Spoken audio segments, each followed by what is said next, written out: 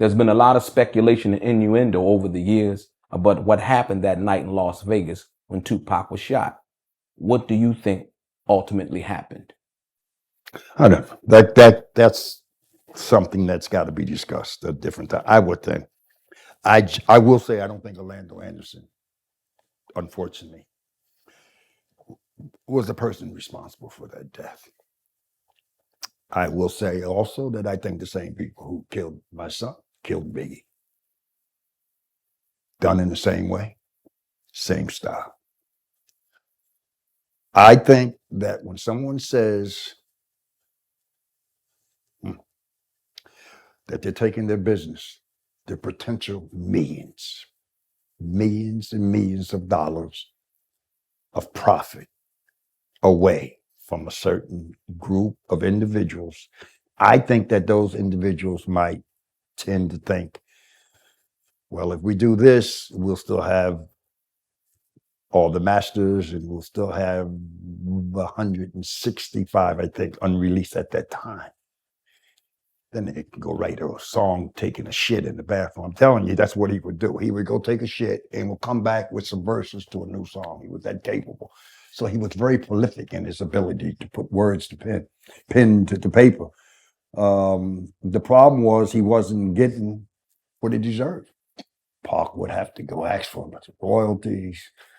Pac would say, "Where's my money?" And then they would always deliver a car.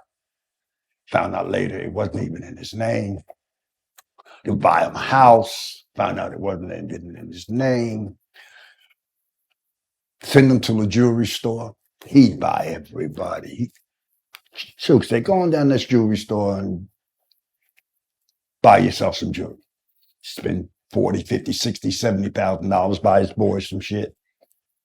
Found out later, they took this out his royalties.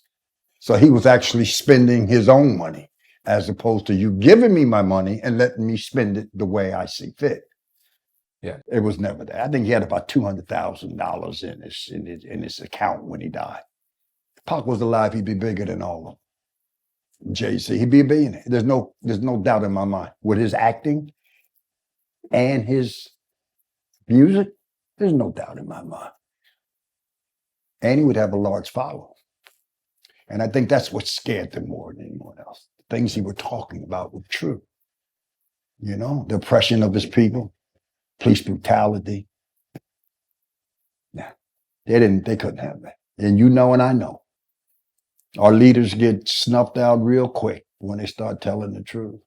And everybody thought he was crazy. He wasn't crazy. He was frustrated. Yeah, he got off into that East Coast, West Coast thing. Somebody was pumping his head with that bullshit. I'm talking about the early stage. And when I talked to him in prison, what he had planned on doing in his latter stage, what he wanted to do. But he got caught up in some people and they were pumping his head with shit. And, you know, he's smoking a lot of weed. You know, tell you a story. Pac smoked so much weed when they got out. They got him out, signed the thing. They released him, getting the limo. Oh, they feeding him blunts and champagne. Gets on the plane, blunts and champagne.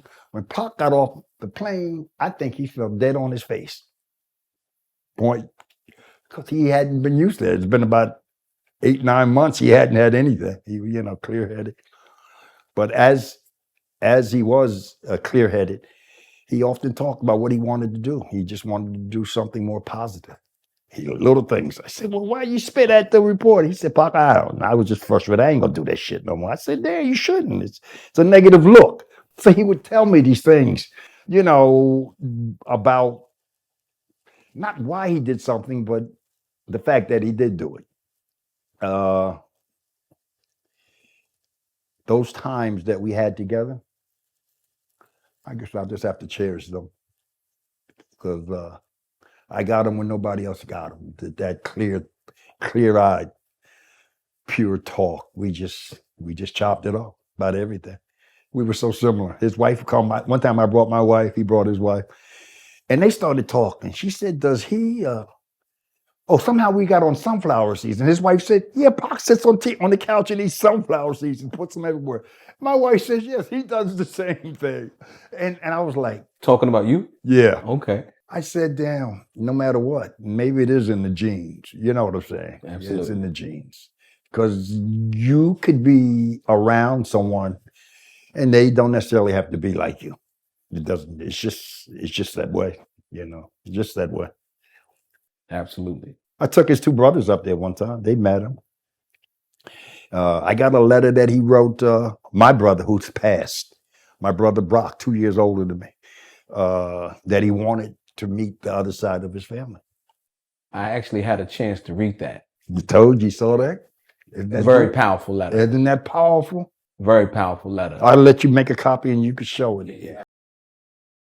I wish I had it during the trial. And when I read it, it hit me so hard. I was like, wow, because that was somebody who wasn't the Tupac that joined Death Row. You heard. That was somebody that was clear, wanted to get to know his family, but I won't say anymore.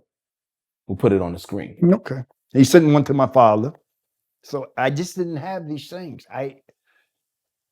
When I went to trial, I just thought the fact that I was his father, nobody wanted half the state. You run the state. But you just ain't gonna say I'm dead, motherfucker. Give me a couple dollars, I'll go about my goddamn way.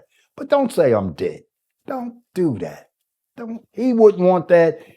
One, you did it once in the beginning. Now you're gonna do it after he dies again?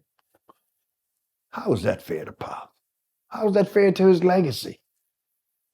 I got pictures, people say, y'all look so much alike. When I was younger, I'm an old motherfucker now, but I'm just saying.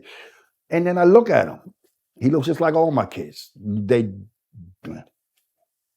I'll show you some pictures later.